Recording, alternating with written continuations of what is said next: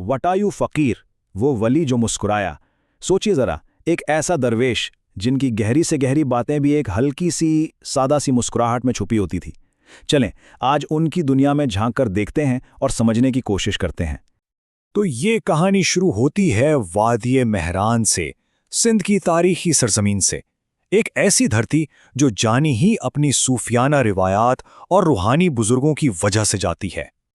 जी हाँ, ये वही जगह है जहाँ सदियों से मोहब्बत और इंसानियत के गीत गूंजते रहे हैं, जहाँ आप कह सकते हैं कि हर कोने में किसी न किसी बुजुर्ग की हिकमत की खुशबू आज भी महसूस होती है। और फिर इसी सरजमीन पर एक ऐसी आवाज़ उभरी जिसका अंदाज सबसे अलग था, सबसे जुदा। एक ऐसी आवाज़ जिसने गहरी से गहरी हिकमत सिखाई, लेकिन किताबों से नहीं, बल्कि सादा से मजाक और एक मुस्कुराहट के जरिए। ये आवाज़ थी वटायो फ़कीर की, एक ऐसा नाम जो आज भी सिंध के लोगों के दिलों में जिंदा है और जिनकी बातें, जिनके किस्से नस्ल दर नस्ल सफ़र करते आ रहे हैं। तो सवाल यह है कि आखिर वटायो फ़कीर थे कौन? उन्हें दाना दरवेश के नाम से जाना जाता था, यानी एक अक्लमंद, मुस्कुराता हुआ वली। टंडो इलाहियार की मिट्टी में जन्म लेने वाले इस फ़कीर की सबसे बड़ी खासियत ही यही थी कि वो कड़वी से कड़वी सच्चाई को भी मजाक और हंसी के पर्दे में लपेट कर पेश कर देते थे। उनके बज़ाहिर सादा से अल्फाज में हिकमत के गहरे समंदर मौजज़न थे। अच्छा, अब आते हैं उनकी तालीमात के बिल्कुल मरकज़ में। इनका फ़लसफ़ा एक बहुत ही बुनियादी लेकिन गहरे सवाल के गिर्द घूमता है कि आखिर इस ज़िंदगी की असल हकीकत है क्या, और इसका जवाब उनके एक मशहूर कॉल में छुपा हुआ है। मैं भी कभी वैसा ही था जैसा आज तुम हो, और तुम भी वैसे ही हो जाओगे जैसा आज मैं हूं। ये वो तारीखी जुमला है जो आज भी उनके मज़ार पे कंदा है। ज़रा सोचिए, इन चंद अल्फाज में ज़िंदगी और मौत का पूरा चक्कर समेटाया है। ये हमें हमारी असल हकीकत की याद दिलाते हैं।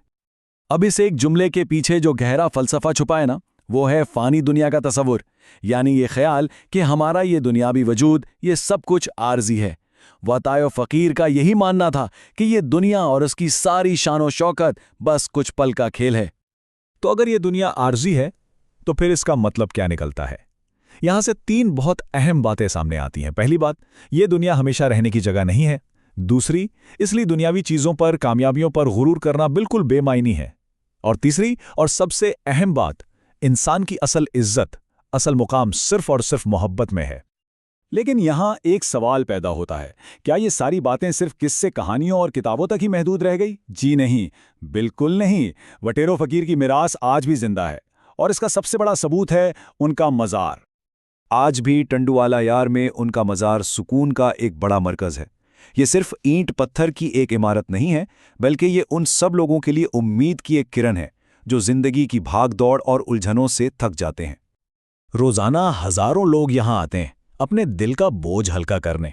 ये एक ऐसी कमाल की जगह है जहाँ हंसी और आंसू दोनों के लिए गुंजाइश है। लोग यहाँ खुलकर हंसते भी हैं, रोते भी हैं। लेकिन कहा जाता है कि जब कोई यहाँ से वापस जाता है ना, तो उसका दिल बहुत हल्का और पुरसुकून होता है। और उस मज़ार की फ़िज़ा में आज भी जैसे उनकी आवाज़ गूंजती है कि सच बोलो, सच्चाई से जियो और दिल को साफ रखो। कितनी सादा लेकिन एक मुकम्मल ज़िंदगी गुजारने का कितना बड़ा उसूल है ये। तो फिर इन तमाम बातों का, उनकी पूरी तालीम का निचोड़ क्या है? एक अच्छी, एक भरपूर जिंदगी गुजारने के बारे में वटायो फ़कीर का नज़रिया क्या था? बात यह है कि वटायो फ़कीर अब सिर्फ एक तारीखी शख्सियत का नाम नहीं रहे।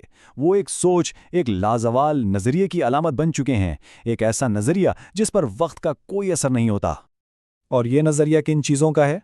सच्चाई का, माफ़ी का, और सबसे बढ़कर इंसानियत का। ये वो बुनियादी खूबियां हैं जिनकी ज़रूरत इंसान को हर दौर में रही है और हमेशा रहेगी। और शायद उनकी सबसे बड़ी और इनकलाबी तालीम फ़कीरी के असल मतलब में छुपी है।